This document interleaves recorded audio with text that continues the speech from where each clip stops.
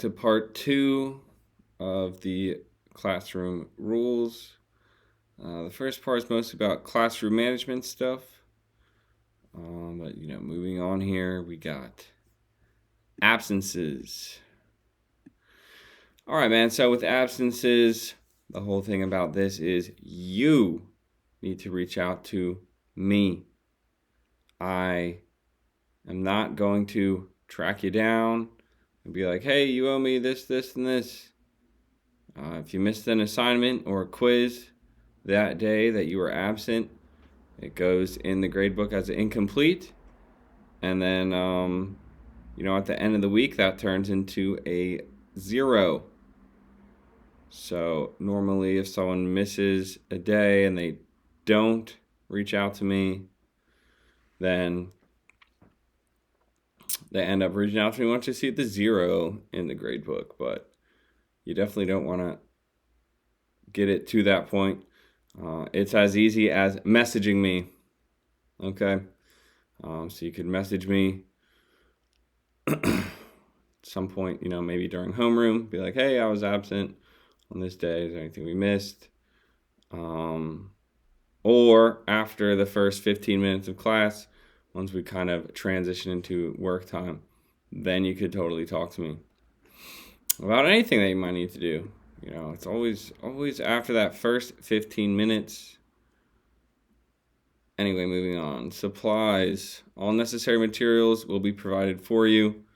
I have students all the time who are into art, so they bring in their own art materials. You could totally do that if you want to, but hey, man, we got the government's money going on in here, so you might as well use those art materials. Yeah, you have the $25 lab fee, but by the end of the semester, you end up with using way, way, way more than $25 worth of art stuff. So please just use what we got in the classroom. That will include a sketchbook.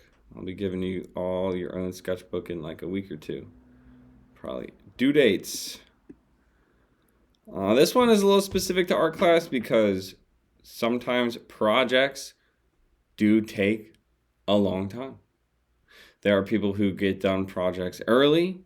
They might seem like they are ahead of the game or whatever, but it might be done very sloppy because you rush through stuff. And then there are other people that take their time and the due date comes along and it's looking really nice, but it's not done yet. So if you're someone who takes your time, no big deal. You do have 1 week outside of class to get caught up. So that would be coming down for focus or signing things out and working on it at the house. However, in class, we are moving on. Okay, we need to move on to the next thing. As soon as there's an important due date, the very next day, we're learning new stuff. So I can't just keep giving a bunch of people extra work days to try and wrap things up. Anyway, we're almost done here. Let's look at this. Class participation. Mostly the class participation, it's during art history. And what I'll be doing is asking questions. It's pretty easy, in my opinion, because I give out a ton of answers the day before, and then we just sort of go over the questions the next day. And trust me, man, the more you participate in class, the more you're going to remember when it's quiz time. If you are raising your hand, you're talking, you're involved, the material, you tend to learn the material a lot better that way. But all you got to do is raise your hand like once or twice a week, talk a little bit, and then you should have an A in class participation, no problem.